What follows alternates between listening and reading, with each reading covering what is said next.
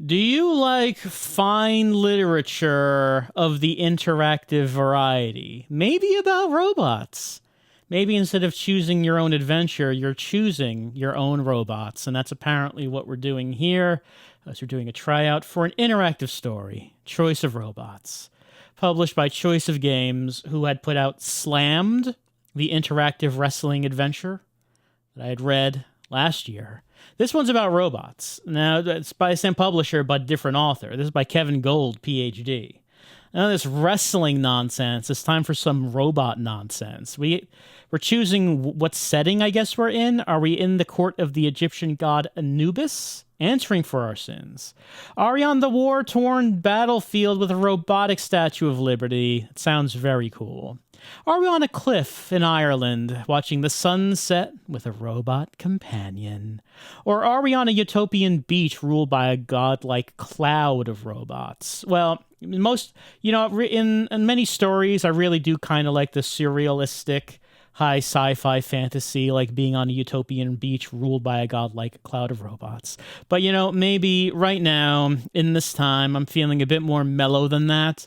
I'm just feeling like maybe hanging out in Ireland with my robot pal, watching the sunset. Maybe I don't want big adventure or oppressive godlike beings. Maybe I just want to hang out with my robot buddy who may or may not also be my eyeball.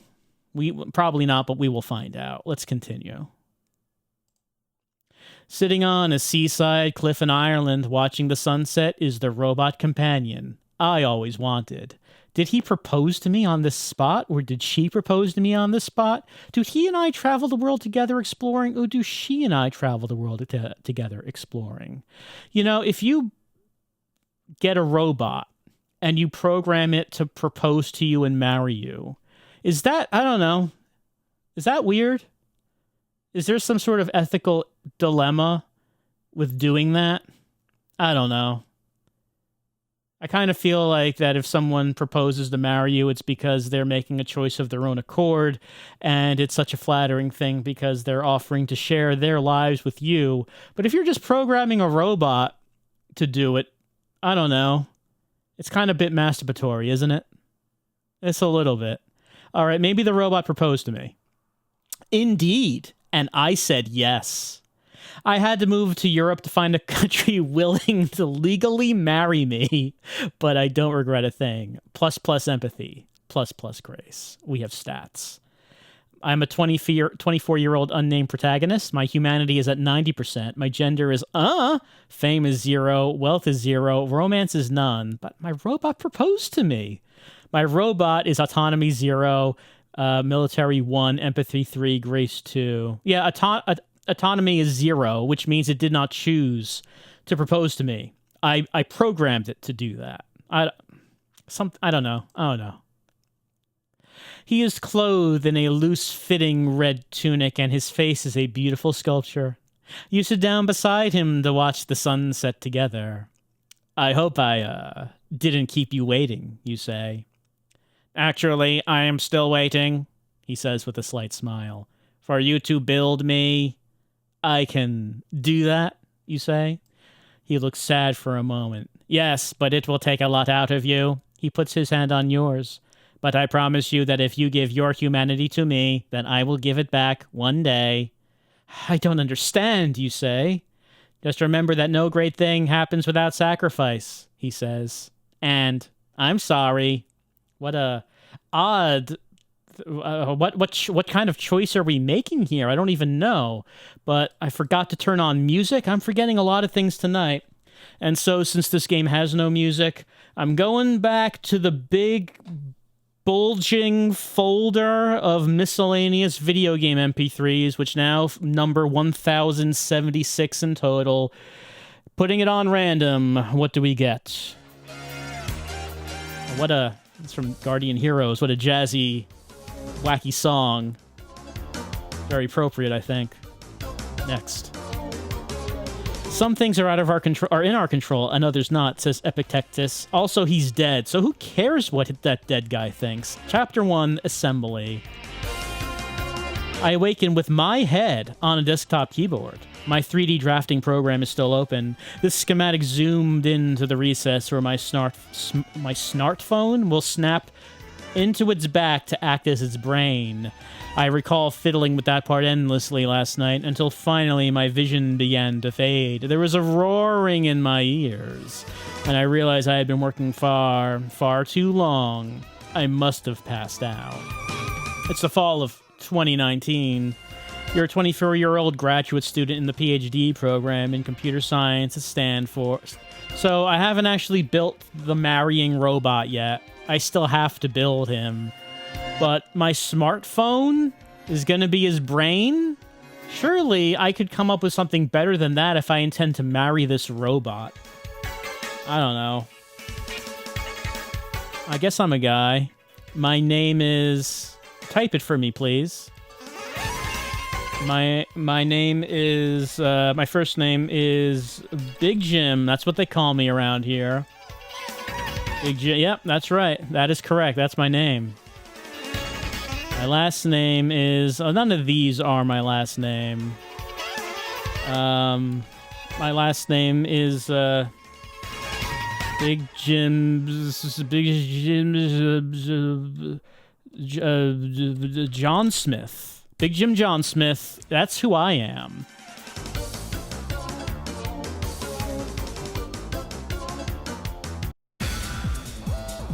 John Smith? Am I sure about that? I've never been as sure as anything. I look around my apartment. What does my apartment look like? My BattleBots trophy is perched on a widescreen TV, equipped with the latest video game consoles. I participated on BattleBots. Did I make the one that was like the really low wedge that flipped everything over, or did I make the one that had the spinning sledgehammers? Which one did I make? Am I going to marry one? Am I marrying my BattleBot? My little BattleBot can't be this cute? The second option is neatly labeled plastic shelving units sit on a 3D printer-equipped robot workbench. Busts of famous philosophers sit next to my own attempts to sculpt them. My shelves display all the strange little robotic creatures I've made over the years. Oh, the first one, obviously. I have to marry my BattleBot. Yes, I'm a competitive person by nature, and I grew interested in artificial intelligence by coding AI for games. Specifically, Oblivion. You remember that one, right? You remember it had the game with the really good AI? Like you could put a pot on someone's head and then steal from them, and it worked because they couldn't see you. I coded that. I coded that. When my high school fielded a team for my local BattleBots competition, sponsored by the nearby defense contractor, that's the only way you're going to get the money from the military. You eagerly took up the challenge and won with an aggressive bot that would ram the enemy's bot while it was still figuring out where it was. BattleBots don't figure out where they are.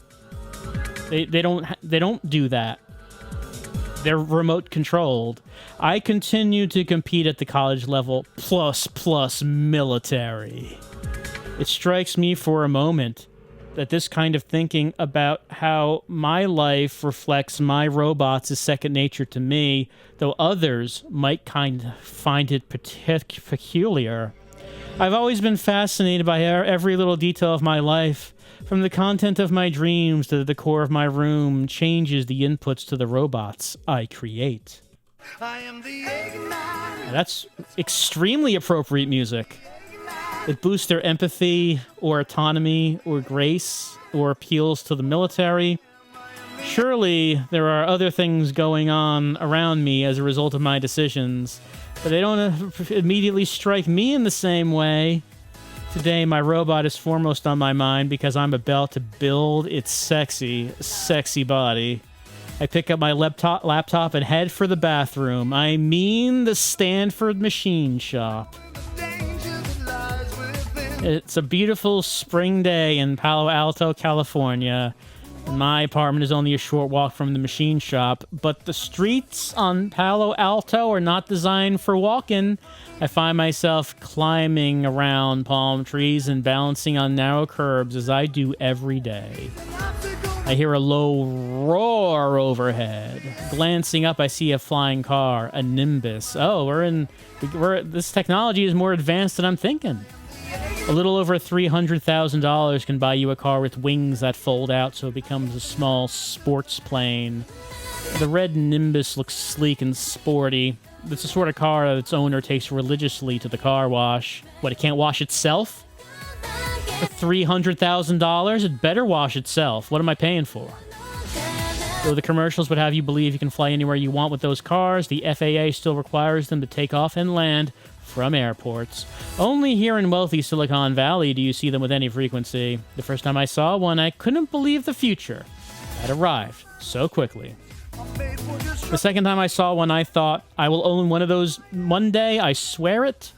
If I ever make that much money, I'll use it to help the world instead of buying that car. Or obviously, why aren't those flying cars driving themselves? We need to make some AI to drive these cars. Occasionally, I see a self-driving car on the roads of Palo Alto, but for some reason they still haven't caught on as much as one would quite expect, despite having been around at least as long as the flying cars. You decide just because people don't trust self-driving cars enough.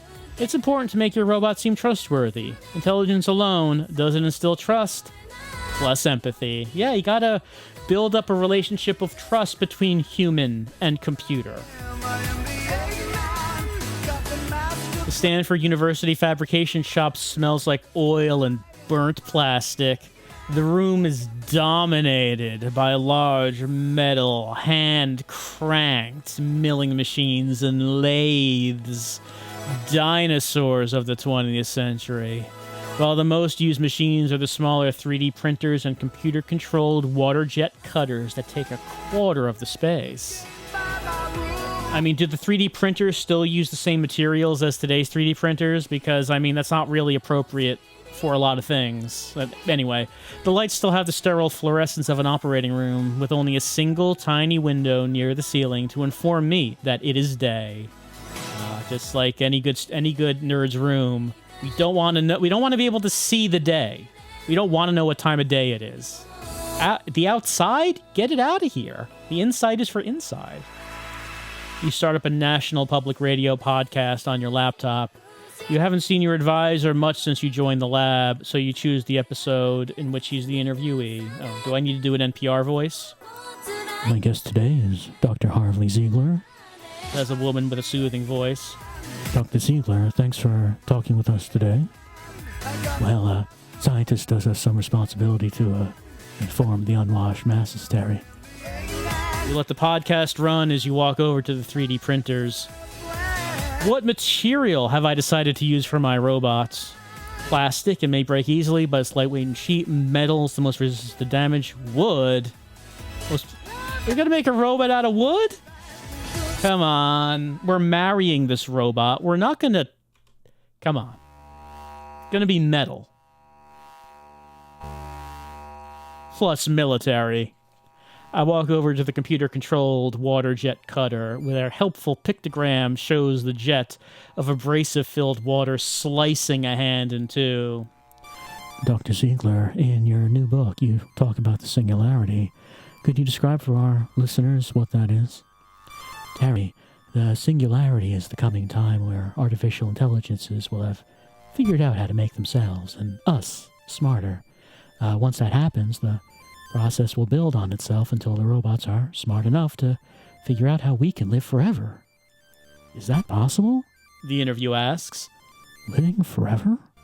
Of course, Professor Ziegler says. What does it matter whether our operating systems are made out of meat or silicon? So you're predicting we'll become robots? Not exactly, Ziegler says.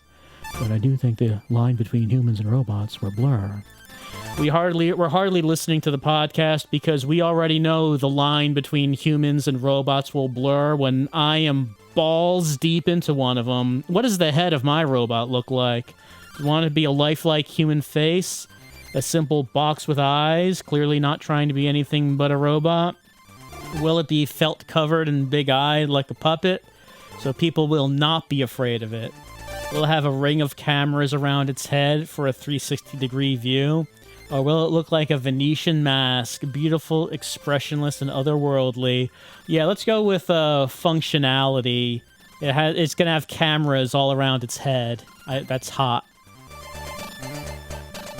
I see no reason to force my robot to have binocular vision, when it's relatively easy to stitch images together to form 360-degree panoramas. My robot will always have a good sense of where it is, and it will be hard to sneak up on it. Plus, military. But some people may be concerned about its alien appearance. Its head looks like a mushroom cap surrounded by arachnid eyes. Minus empathy. Dr. Ziegler, what makes you think the singularity will happen now? Well, for one thing, I'm around. But seriously, my lab is taking a unique approach because we're saying, why not teach the robot like a child? We're going to equip the robot with the best sensors money can buy and teach it English. It could rapidly teach itself using the internet. Well, that's annoying. Your advisor thought that a robot child was a stupid idea until you told him Turing proposed it back in 1950, minus the internet part. But he isn't giving credit to either of me. I keep working regardless. How will my robot get around? It will walk upright on 2 legs. It will crawl on 8 legs, roll on wheels, fly like a helicopter, roll on tank treads, walk upright, but oh, I like this one. It walks upright, but it has delicate wings for balance. That sounds very cute. Let's click next. I stretch a polyester film between the metal spokes of the wings and attach these to my robot's back. These wings should give my bipedal robot better balance, and in case it does begin to fall, they will act as a parachute that will give it more time to recover, a plus grace. However, angels are not known for being approachable, and my robot's appearance will set it apart from people. Minus empathy. I mean, if people are just going to be scared of it because it's resembling an angel, I guess the cameras all around are appropriate.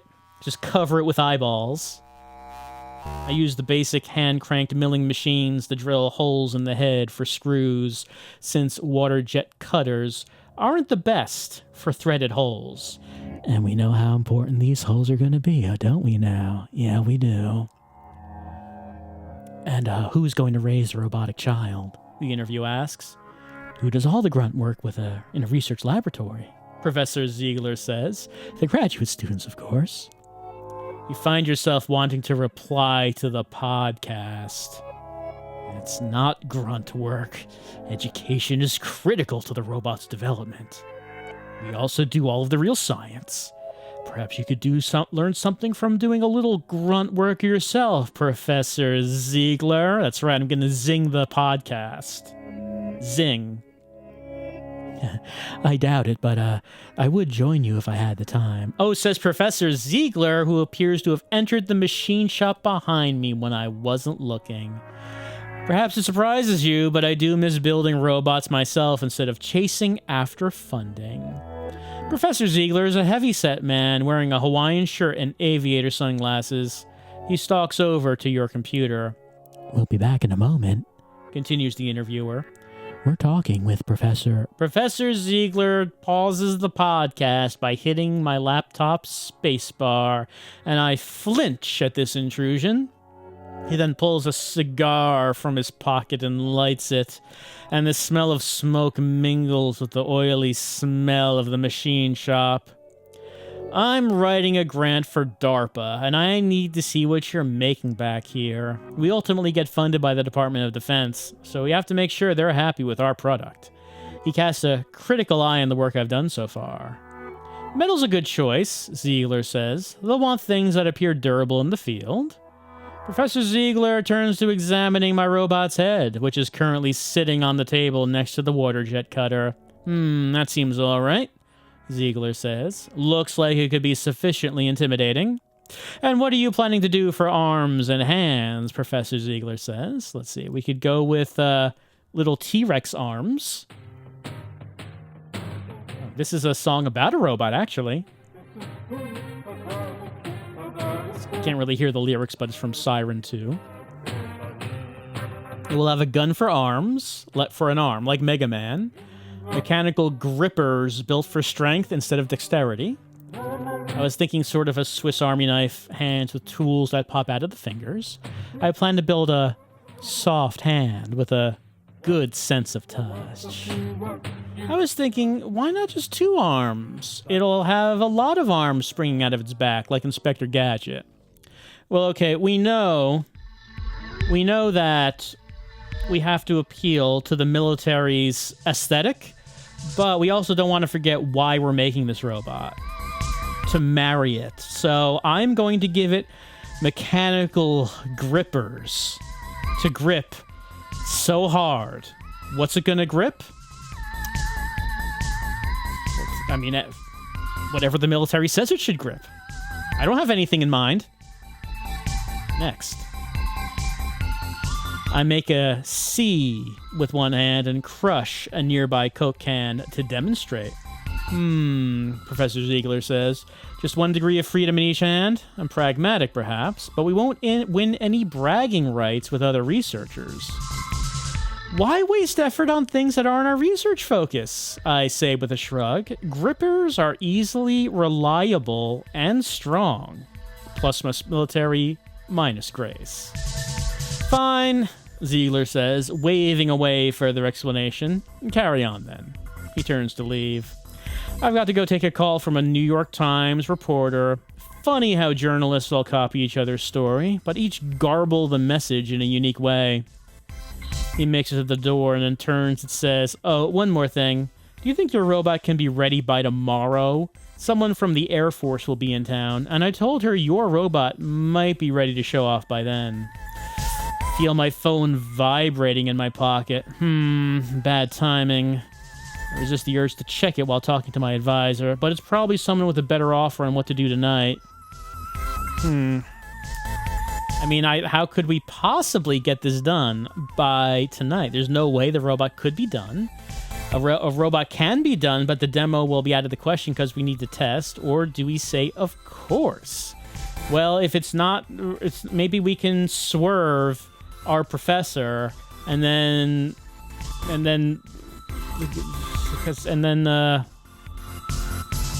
don't know I don't know how to end that sentence. Yeah, of course it'll be done. Professor Ziegler nods appreciatively. Excellent. Good attitude. We'll make a professor of you yet. I'll tell Captain Rogers to meet you here tomorrow. It's a nice, controlled environment. Pretty consistent light levels. I think not much can go wrong. Yes, sir. Professor Ziegler turns and walks out of the machine shop. I find myself unclenching my hands. Who was calling me while Professor Ziegler was talking to me? I can choose which person it was. Ellie Lau, a user experience designer and supportive friend. E.G. Almami, a manga artist and generally good guy. My ambitious friend, Josh Anderson, founder of the startup US Robot. So look, if we're building a robot, obviously the one field of proficiency we need input from is manga art. We all know that. From the missed call, my phone is displaying E.G.'s profile picture. It's a picture of Josh and E.G. from the Freshman Welcome Week dance 7 years ago. E.G. is wearing a white tuxedo with a red bow tie and making a V sign at the camera. Josh is wearing his usual gray hoodie, not having bothered to dress up for the dance, and his arm is around E.G. What's the story behind that picture? It could be that I was in love with Josh's friend E.G., but my studies came first. Or I was in love with Josh, but I never knew how to be more than a friend to him. Or I had agreed to be Josh's wing person at the dance. That's where he met E.G. Or I was testing a music recognition algorithm when those two started bothering me. Well, clearly we were not in love with Josh. Who could possibly be in love with Josh? We're in love with E.G. instead, and we're making a robot duplicate of him. And we need to get his brain and put it in the robot. That's the twist. Yes, I pined after E.G. in college, but I knew that I would not have time to pursue romance, not when I was taking 5 classes, some of them graduate work, plus grace, plus autonomy. That photo was from one of the dances during freshman orientation before I had homework. I never went to another one. I continue to hope that someday my perseverance and dedication will pay off, but a little part of me still longs for EG. It's a part I fear. And even though he's working just an hour away in San Francisco, I have not seen him much recently. I noticed that EG also sent me a text. EG wants to meet for dinner at a jazz and sushi place in San Francisco, which is about an hour north of me. He also has a ticket to the rendition of the musical Pippin, in which most of the characters are robots. Sounds like a date. That's a little terrifying. I text back, sounds great. I am highly irresponsible. Great, EG says. See me then. I spend the rest of my day drilling holes, if you know what I mean. Polishing surfaces, cutting parts, and screwing things together, if you know what I mean. When I'm done, my robot's body stands before me, a metal winged robot with a panoptic head and claw-like grippers. The whole thing is about 3 feet tall. It only needs a name. What will I name my robot? Pickle, Curry, Miku, Killall, Ariel, Caliban, Famulus, Guardy Lou. I don't like any of these names. Should I come up with my own robot name? What will I call... What will I call my robot? Let's see.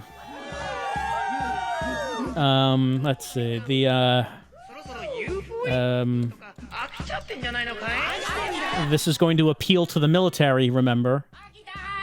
This is correct.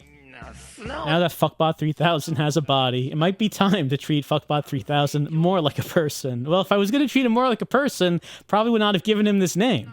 What pronouns will I refer to Fuckbot 3000?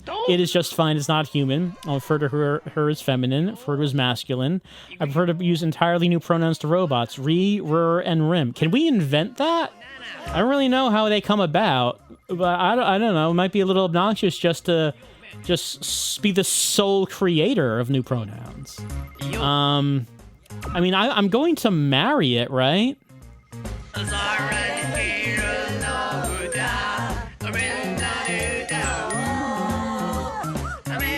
I'm pretty sure the robot from the dream was a guy, right? I think we chose that. So I think we're gonna go as the masculine one. If it were trying to match the dream. Encouraging people to think of Fuckbot 3000 as human-like as opposed to object-like should help him get along with people, plus empathy. I look on Fuckbot 3000's 3-foot-tall winged body with satisfaction. Now all he needs are motors and a mind. Well, the motors will have to wait for tomorrow, but I spent years in graduate school writing the code that would form this robot's mind. I can hardly wait to try it out.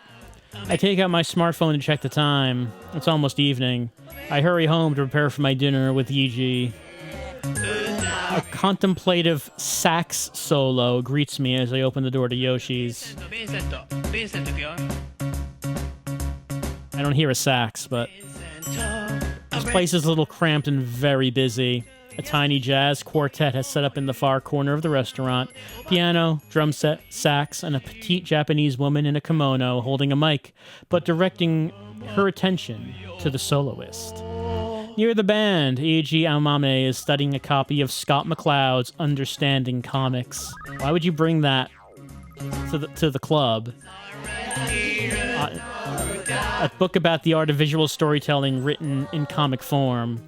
He's wearing a red bow tie, a fuzzy blue sweater, black slacks, and a nice pair of black loafers. There's a subtle trace of red in his black hair, but it might be just the light.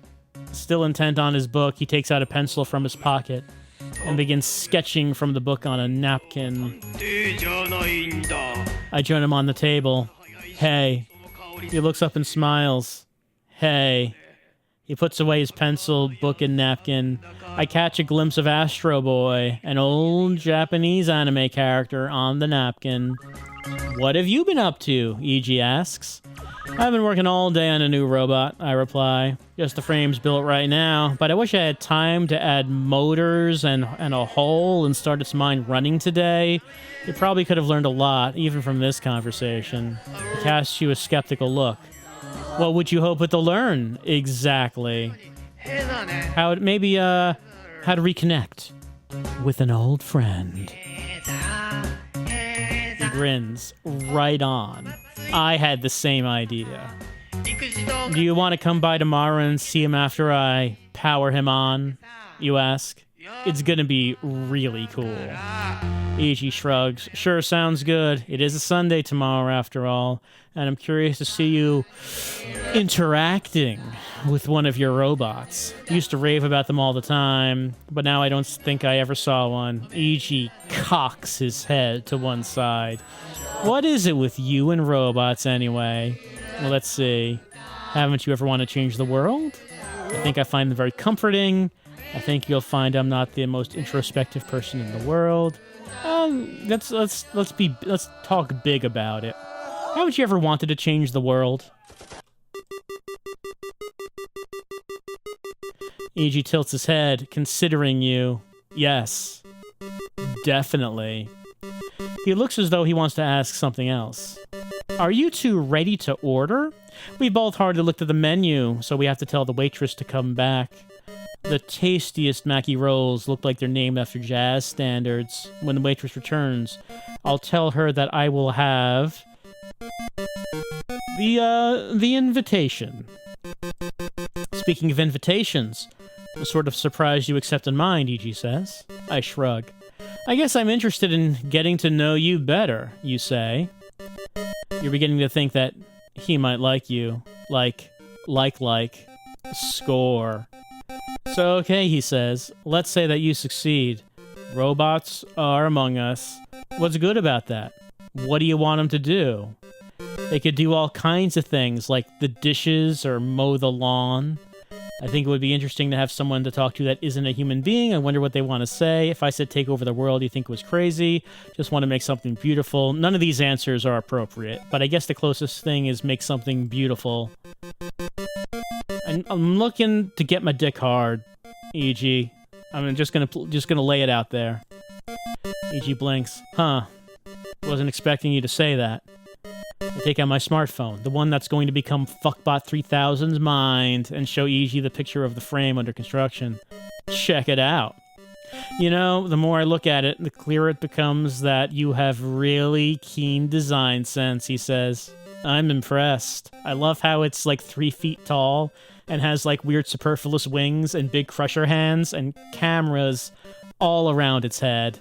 It's beautiful. Thanks, I say. I think you're going to do something really amazing someday, he says. I know it. Cool, I say, grinning a little. The waitress brings me my own order of invitation maki, and I dig in to eat. Just then, my phone buzzes. I take it out to glance at it. It's reporting malware on my phone's memory card. Is something wrong? Eiji says. 1 sec. I quickly glance at the warning details.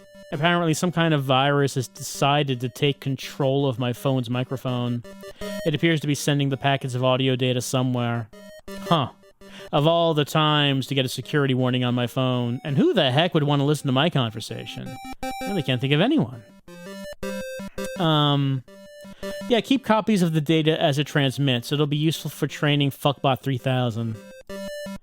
You've read that it's possible to train machine learning algorithms to tell the difference between awkward and non-awkward pauses and the correct amount of time to wait before responding to show that I'm listening, but engaged. Since the malware seems to just be sending data when either of us speaks, I realize that even though the data is encrypted, I could probably at least use the timing information to improve my new robot's social skills.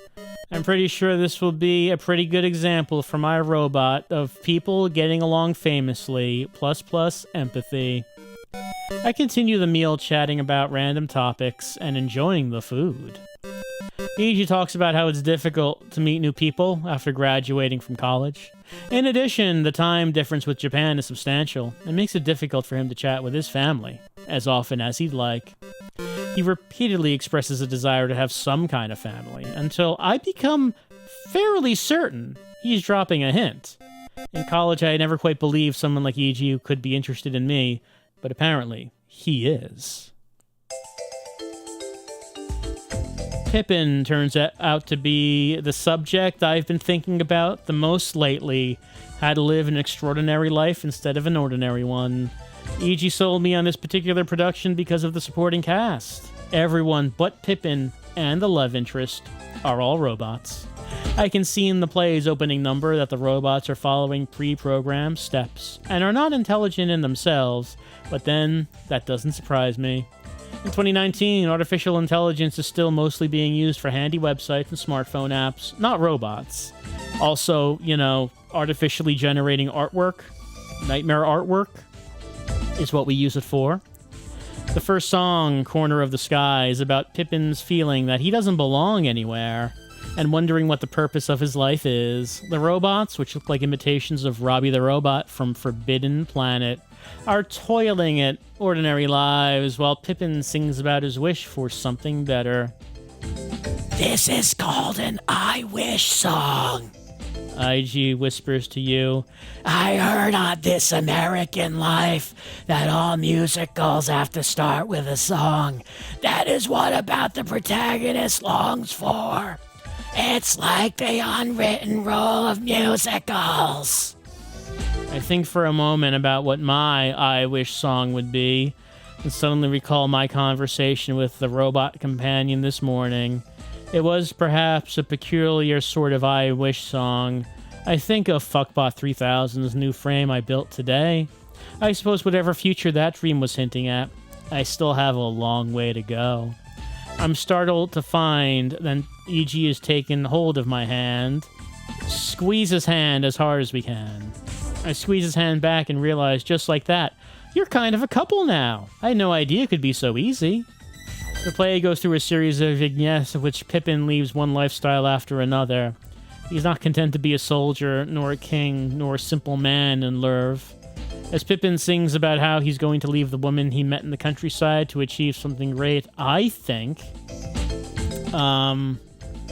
should he leave his love to find a life of grandeur? Can't it be one and the same? Apparently not. Apparently not. I mean, if he can't let little things like relationships get in the way of his goals. I've always done the same thing. When given a choice between doing social things or concentrating on my work, I always choose the option that will lead to greatness in the end. Plus grace, plus autonomy. I resolve that as cute as E.G. is, I will not let this distraction get in the way of my dreams. Pippin appears to make a different choice. Presented with a ring of fire to jump through, he turns back and returns to his Lerv. But you would jump through that ring of fire. It's metaphorical, you understand. You know what it symbolizes. And who knows what will happen as a result. Since the evening's going well, E.G. asks to see my robots. But that would mean going back to my place, I say. And then I say, oh. I return to my apartment and flick on the light, somewhat embarrassed at the unmade bed and mess of clothes that I've left on the floor, not to mention like 7 days worth of rotting food that I just haven't gotten around to throwing out yet. There's kind of like maggot eggs in there, and they're hatching, and like little flies flying around. I tend to ignore them because, look, I have my work to think about, and I can't focus on unimportant things. Look, you've been in this room for 5 minutes, you won't even be able to smell that anymore, E.G., I swear. I'm sorry you couldn't see my robot in action tonight, I say. Here, check this out. I show E.G. a little 8-legged robot with an old smartphone for a body. What is it with you and phone robots? E.G. asks. Well, I hate to throw out my old phone when my plan gives me a new one, I respond. The processor is still usually as powerful as the desktop from a few years ago, so I use my old phones for robots. This one does simultaneous localization and mapping, or SLAM for short, E.G. Do you know what I'm saying? Are you interested in maybe a little SLAM, possibly? You power on the robot and let it go onto your floor. It promptly starts ramming the trash can next to your bed. Slam, you say. IG says, amused. It worked in college. Isn't it a little dark in here? EG says. He peers up at your fishbowl-shaped light fixture. I think one of the bulbs is out up there. He stands on a chair, quickly unscrews the light fixture, and hands it to me. Indeed, one of the 2 light bulbs underneath is out. Thanks, I say, a little embarrassed. The light fixture is also hella dusty and full of dead bugs. They just kind of all fall out all over E.G.'s face and into his mouth. Look, I never clean that up, so it can pile up, and, well, I just don't really focus on my burnt-out ceiling lights because the only light I care about is the calming glow of the monitor, which I am in front of every waking hour. Look, it's a different kind of life, E.G. Do I have another light bulb? No, I say. Then an idea strikes me. I think pickles are luminescent when you electrify them. I saw it on the Discovery Channel once. I have one in my fridge. E.G. gives me a dubious but curious look. Come on, pickle. I'm going to shove a pickle in there. I'm going to do it. E.G. laughs. Okay, sure. I go into the fridge, find a rather large dill pickle of the kind sold at Renaissance fairs, and stick a couple of spare wires I have lying around into the ends as E.G. watches with amusement.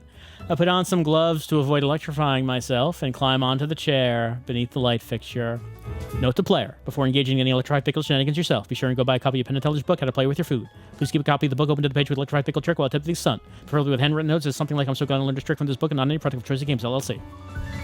Be careful, E.G. says as you wiggle the pickle into the socket. Soon your room is bathed in green light from your pickly sun. You jump down from the chair. Got an achievement for that. That's weird and awesome, E.G. says, grinning. Like you. Your phone robot is now exploring the four corners of the room, showing curiosity about every stray piece of laundry on the floor. You realize that if you copy the map it makes, you could give Fuckbot 3000 a head start on exploring the world tomorrow, plus autonomy. I'm glad I named the robot that. It's like an unexpected gift every time the name comes up. Kiss E.G. and try to do him. I realize that the new lighting situation is not exactly conducive to making a move, so I quickly turn it off. In the dark, I kiss E.G. He enthusiastically returns the kiss. I start to remove his layers. Talking about clothes, of course. He helps me. His boxers are red, like his bow tie. What happens next, we will not embarrass you with here. It is too sacred.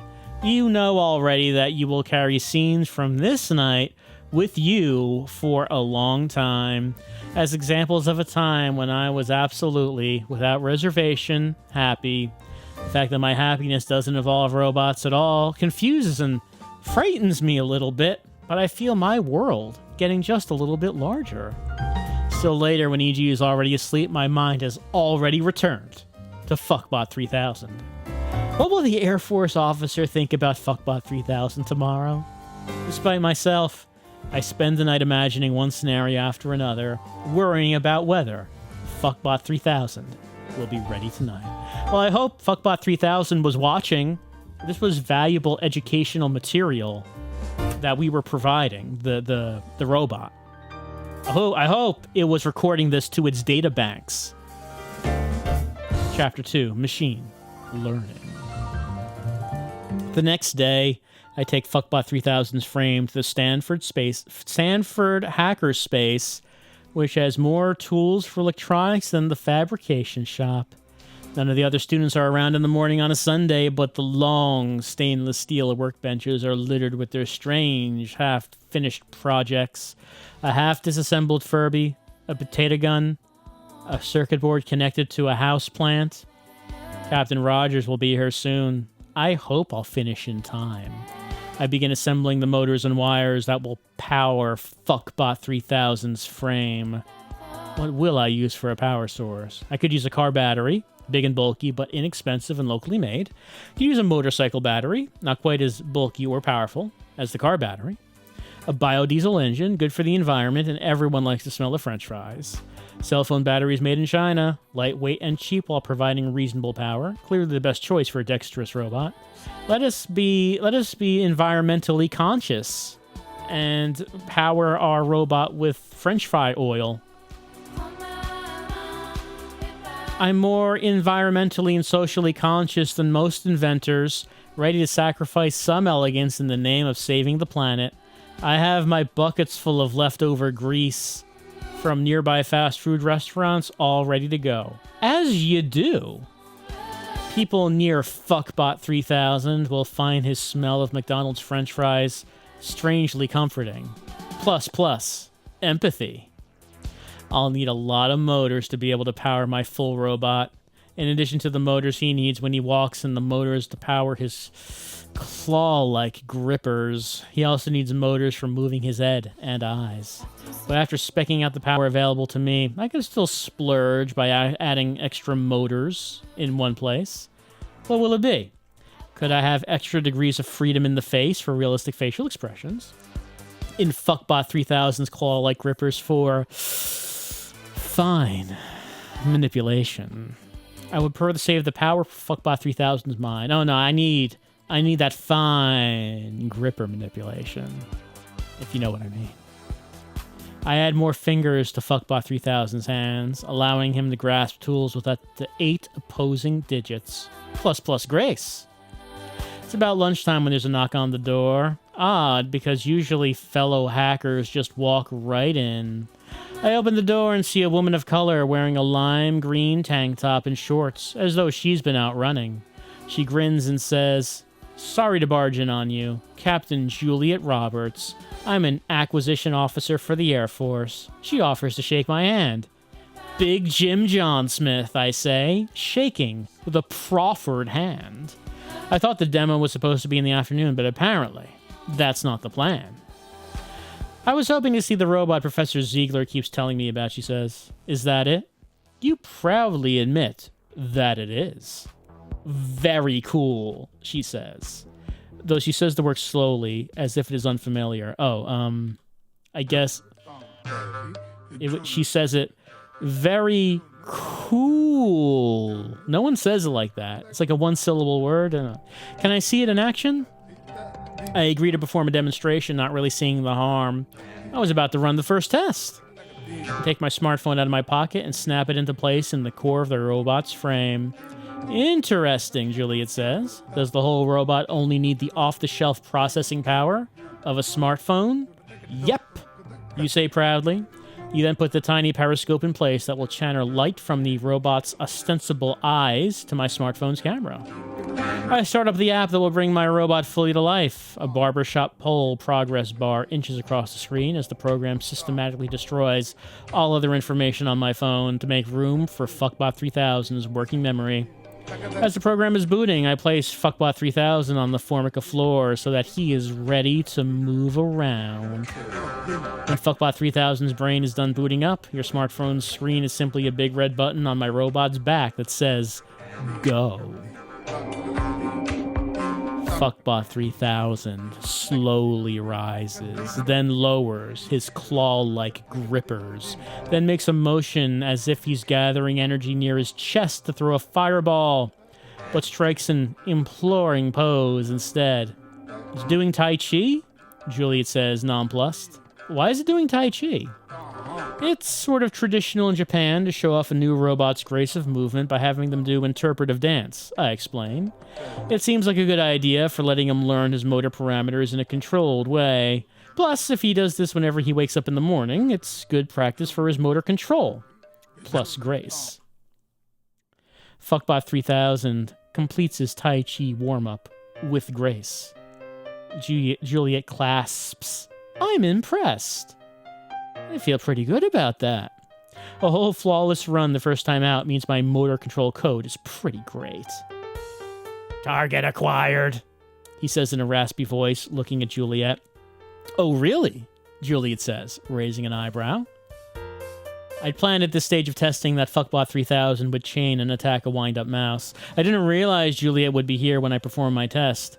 I've still got the wind-up mouse in my pocket. We could let him attack Juliet, Curious to see who will win, I call off the attack and tell him Juliet is a friend. I let the original experiment with the mouse proceed and see whether he can tell that the mouse is the real target of interest.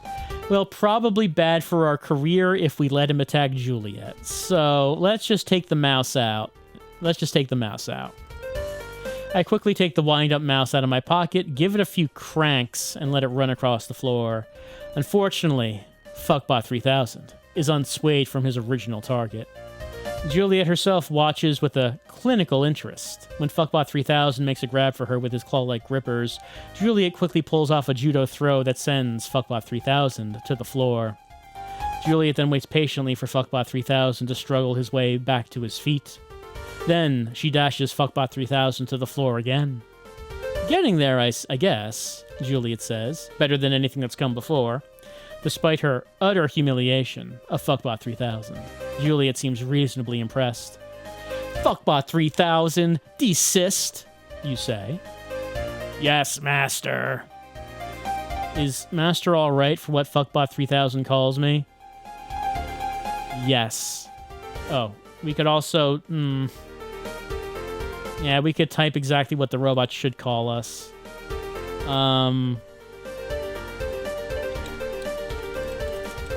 That's what the robot will call us. Want Fuckbot 3000 to call you Lord Fuckmaster for the rest of the game? Absolutely. Call me Lord Fuckmaster, you say. Yes, Lord Fuckmaster. Neat, said Juliet. Thanks for showing me all that. You're welcome, you say. I've got a knife-throwing practice to attend, so I guess I'll see you later. Juliet waves ironically at Fuckbot 3000. Bye, slugger. Wait, what? You say? Knife-throwing practice? That's a thing? Juliet looks a little embarrassed. It's for the Society of Creative Acronism, probably a bit archaic for a robot maker like you. You consider my options for what to do for the rest of the day. Now would be a good time to show Fuckbot 3000 to Josh, to see whether he's interested in funding his further development. We should show the robot to Josh. Knife throwing sounds pretty interesting. Fix the little things we noticed during the demo. Get a new phone in case mom. Start teaching Fuckbot 3000 words. Yeah, I want to start expanding our vocabulary here. The windows of the Stanford Child Study Center are crowded with abstract crayon drawings. The signatures of their 2 to 5 year old artists are each unique of their interpretations of the Roman alphabet, though a backwards S seems popular. Some common themes are monsters, parents, and you're pleased to note, robots. I already asked permission to bring Fuckbot 3000 here, and Professor Ziegler claimed to have greased the wheels, whatever he meant by that. But the purple-haired undergraduate at the front desk still makes me wait an unreasonable amount of time before she confirms over the phone that Fuckbot 3000 is allowed in the building. No, not a rowboat, a robot. Wait, you knew about this? But what about the other children? Do they think you think they can give informed consent? You're going to risk the lives of the children over a grant? It's not that dangerous. Come on now. It's Fuckbot 3000. He's not going to hurt the kids. What about, let's see, I'm impressed. A guy living under a freeway overpass could pay my wages. No, of course I'm serious about grad school. I'm just trying to do a good job. Yes, ma'am. Yes, ma'am. Absolutely clear. Bye. The undergraduate gives me a sarcastic bow and gestures into the children's room beyond. Knock yourself out. As I carry Fuckbot 3000 to the next room, I hear her mutter under her breath. Weirdo. The children's room is full of little toys, brightly colored balls, dolls and doll houses, measuring cups, stethoscopes, and toy tools. Real objects are mixed indiscriminately with toys. The target age group often doesn't care about the difference.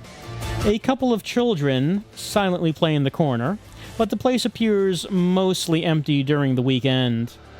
Fuckbot 3000's attention is drawn to all the bright things in the room. I begin by picking up the bright pink ball. That is a cloud.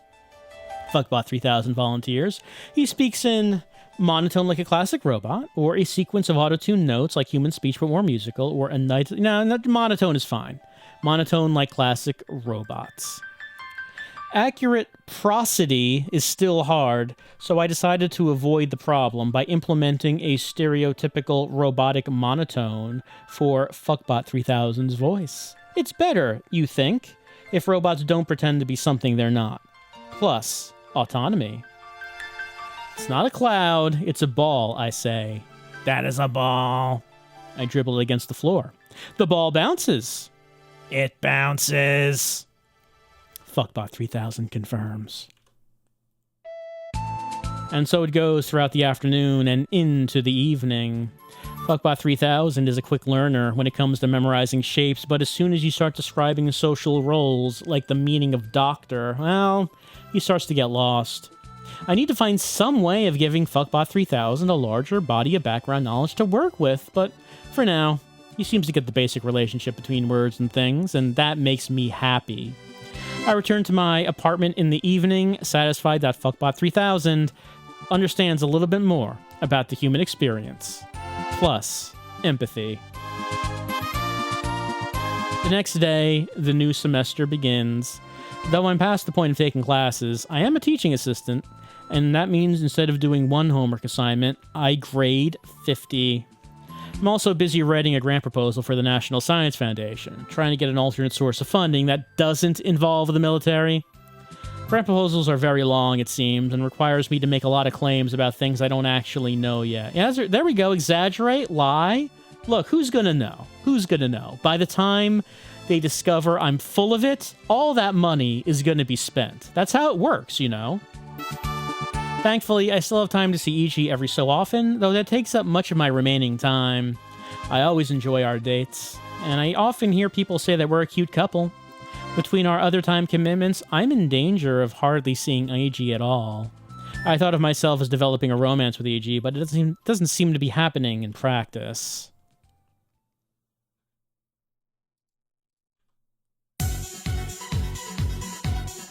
We just have to see each other a little less frequently. Shouldn't be...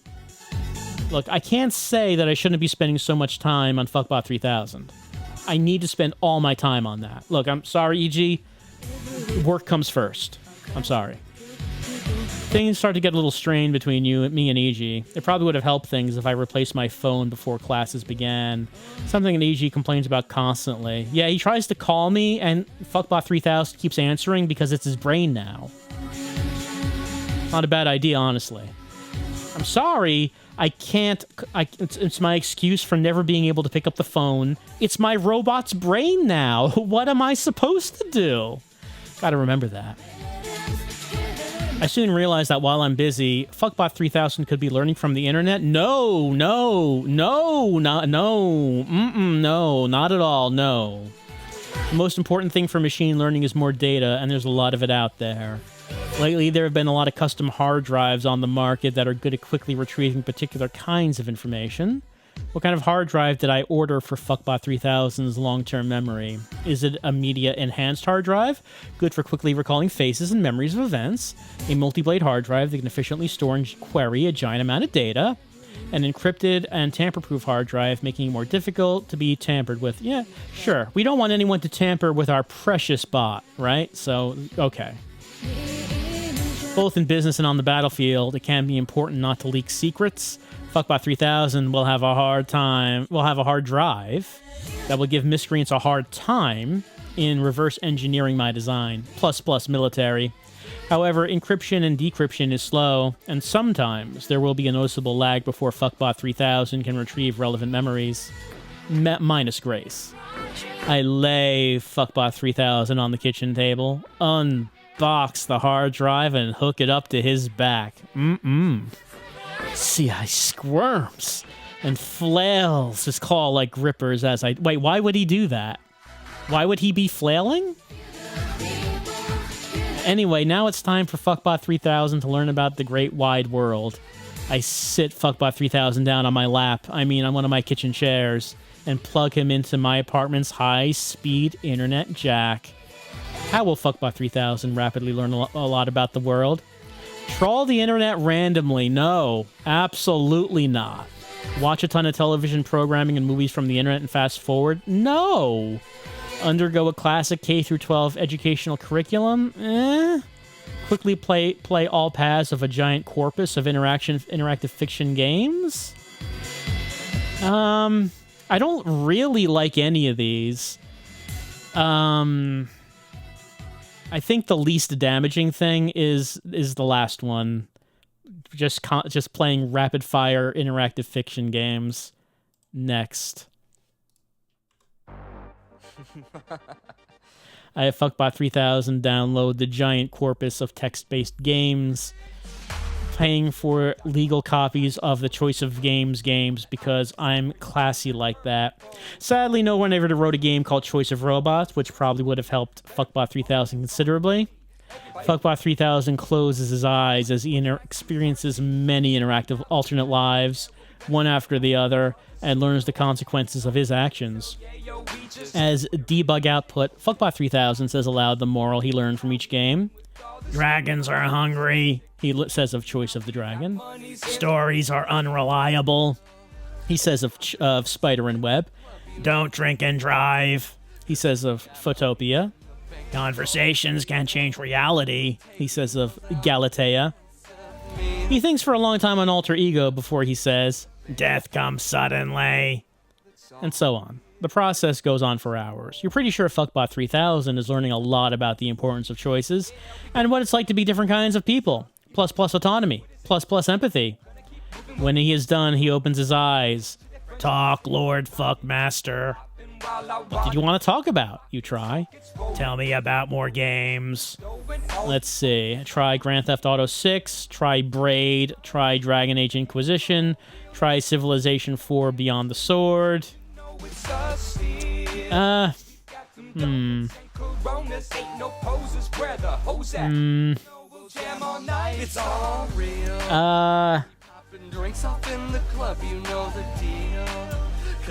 Well, he is Fuckbot 3000. So try to sleep with everyone in Dragon Age Inquisition. I hooked Fuckbot 3000 up to my aging Xbox One. While I'd mostly remembered the game for its witty dialogue and interesting moral choices, I'd forgotten that the vast majority of the game was simply composed of combat, plus military. I find myself wishing that there were more games that consisted of just interesting choices, but I think Fuckbot 3000 has probably learned something about how to influence people as well, plus empathy. After a little while, I decided that Fuckbot 3000 was learning more quickly when he was playing purely text-based games, and eventually I switched Fuckbot 3000 to a more prose-filled diet of games, though I still let him play Dragon Age Inquisition when he's been good. I established a habit of bringing Fuckbot 3000 with me to my office during the day, so he can make use of Stanford's high-speed internet connection while I write and grade papers. I then usually go to some public space after work so that Fuckbot 3000 can play around in the real world. Where do I take Fuckbot 3000? Take him to the park playground, learn to play well with others, or the shooting range so he can fire a gun, the dump, and he helps me look for spare parts. I think that Fuckbot 3000 needs to be socialized. I think that's a very important part of it, so yeah. Take him to the playground. Fuckbot 3000 loves the playground, and he lets out a robot chortle of glee, which I guess would sound like... It would sound something like that, I think. A robot chortle. When he first learns to kick his legs to swing higher and higher, plus grace. Fuckbot 3000 takes a particular liking to the monkey bars, which he navigates deftly, losing his claw-like grippers, plus grace. The other parents at the playground are somewhat divided about what to think about Fuckbot 3000. On the one hand, I have the parents who are in the tech industry, who are often very excited to have their children interact with robots. They're surprised to see a robot like Fuckbot 3000, but maybe not as surprised as they should be. Maybe they're just jaded by Wired articles and the popular press making it seem like Fuckbot 3000 was possible 10 years ago. On the other hand, some parents simply don't accept Fuckbot 3000's presence as just one of many things that they don't quite understand. The kids themselves don't really seem to care what their parents think. You've got the kids who cry when their parents shove them towards Fuckbot 3000, and the kids who want to stay when their parents pull them away. I can't really predict who's going to like Fuckbot 3000 and who won't. But Fuckbot 3000 seems to be learning, picking up on subtle cues, so that sometimes he says goodbye before the kin has even turned to run. Plus empathy. I finished my grant proposal for the National Science Foundation, promising a robot that will be able to understand human emotion better than any robot that has come before. A few weeks later, I find a form letter email in my inbox. We're sorry to inform you, many excellent applicants this year. Encourage you to apply again. Discouragingly, I find that many of the reviewers talk about my advisor instead of me. Some of them barely seem literate, while others seem erudite, but just didn't pay attention to what I wrote. The one thing that strikes me directly aimed at me, though, is that a few of the reviewers essentially say that my work could be more focused. I'm interested in too many things, one says. Science is about studying a very specific problem to death. Sounds like your robot wants to do everything. No, my robot wants to do a specific thing. It's in the name. I close my email client and sigh. I'm in my office and Fuckbot 3000 is seated in my ever-absent office mate's chair with his eyes closed, listening to the information flowing through his Ethernet cable. Do you want to try to do everything, Fuckbot 3000? He peeks through one open eye. Yes, Lord Fuckmaster. You nod. Me too. Fuckbot 3000 is down for anything. I'm in my office contemplating about what to do about this when Professor Ziegler opens the door without knocking. You smell the whiff of smoke on his Hawaiian shirt. Good news, Professor Ziegler says. Our DARPA BA grant came through. You're funded for the rest of your studies. Great, you say. Fuckbot 3000 reacts to the enthusiasm in your voice with a robotic cheer. Yay! In fact, I've met an Air Force acquisitions officer who seems very interested in your work, Ziegler says. Captain Juliet Rogers. You two should talk. There could be a good career for you in government science post-graduation. Oh, we've met, you say. Professor Ziegler looks at Fuckbot 3000 as if noticing him for the first time. Still could look a little more fierce, he says. Looks like a little goddamn robot baby. He shakes his head. Anyway, keep up the good work. With that, Professor Ziegler leaves you alone with Fuckbot 3000. Near the end of the semester, I notice a message on my office phone. Not really sure how long the light has been blinking. I don't really think about landlines anymore. I find the department webpage that describes how to check my voicemail, reset the PIN that I apparently chose when I first started graduate school, and listen. Yeah, I mean, I don't want to listen to voicemails. Look, someone calls me, I don't answer, the light goes on, and like that, great, we're done, right? We're done. I don't have to pay attention to that. It's just like a little light. Hey, Big Jim. This is Mark over at sfchronicle.com. I heard you have an interesting robot you've been taken to the park, and I'd love to do a story about it. Give me a call back. He lists the number and the message ends. I glance over at Fuckbot 3000, who is seated at the desk of my hypothetical, all but dissertation office mate whom I have never seen. Fuckbot is looking at the landline phone with interest. His service says SF Chronicle is registered to the San Francisco Chronicle, says Fuckbot 3000. The San Francisco Chronicle is a newspaper that started its website in 1994, 24th in national circulation. He looks at you with interest. Mark is a reporter. Shouldn't you be studying, you ask, pointing to the Ethernet cable running out of his back. Bayesian reasoning over publication rates suggests reporter's full name is Mark Ali. Fuckbot 3000 says, with his eyes closed. Mark's article with the most social media likes is How I Learned to Stop Worrying and Love DARPA. Article explains that DARPA stands for Defense Advanced Research Projects Agency. He hesitates for a moment.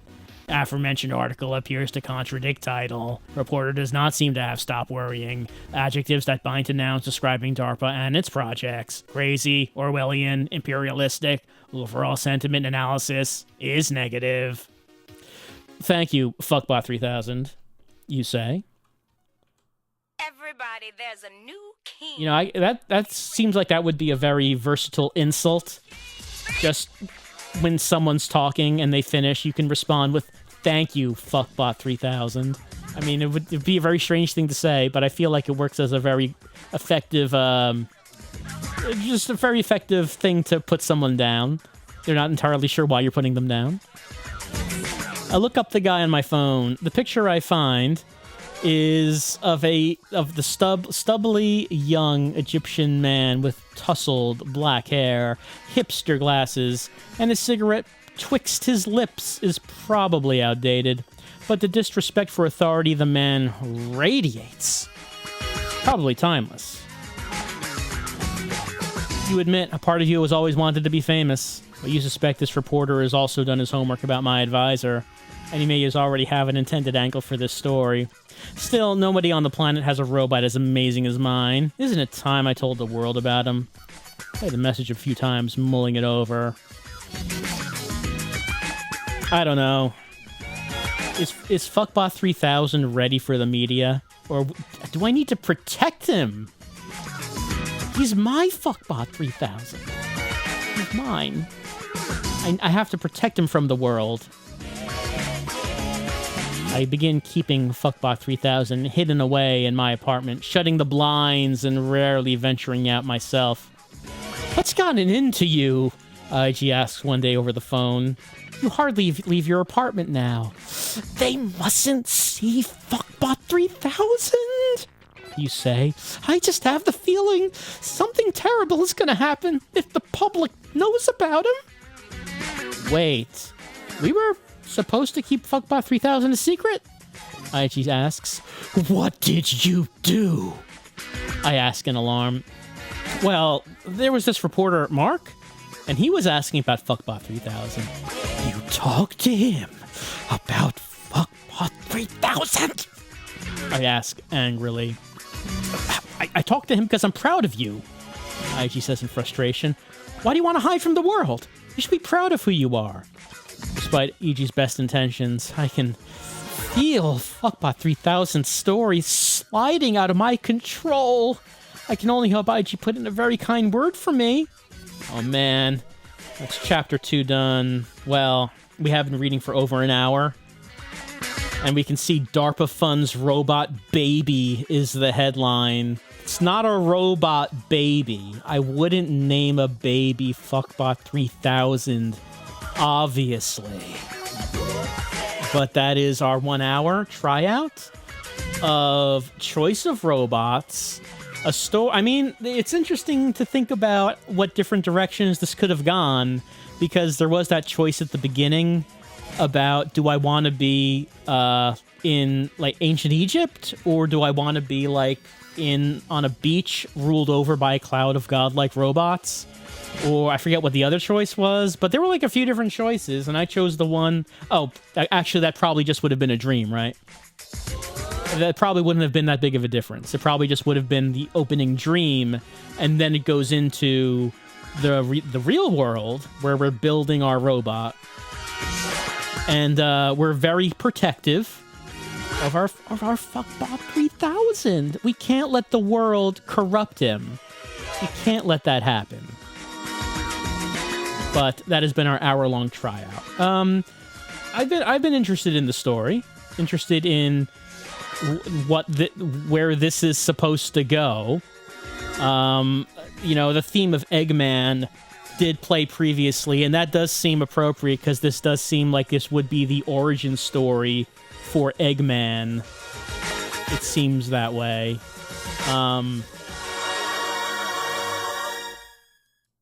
I mean, it's an interesting question. Look, if you want to protect your robot from the robot has to be exposed to the world at some point. The world has to find out about it. But when is the right time for that?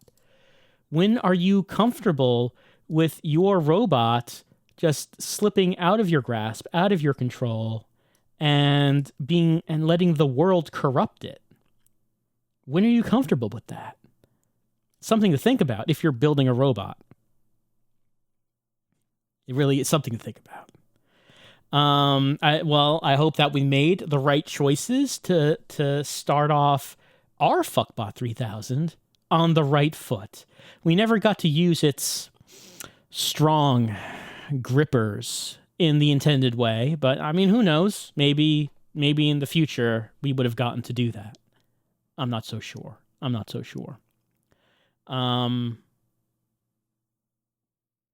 obviously we never got to install any kind of, like, I don't know, bussy or anything like that. That's advanced technology that we are not masters of. So that's for the far future, clearly. And I think that would be a bit hit with the military, honestly. Look, we keep saying that the military wants something fierce looking. Maybe the military would like something a little softer. I'm saying that the military could have other uses for. Anyway, this is our robot. This is what we never actually got to marry it. We did not get to marry it. So, what do we think about this? What does The Rock think about it? Well, I was thinking about what sort of emotion AI-generated Rock might have towards this story.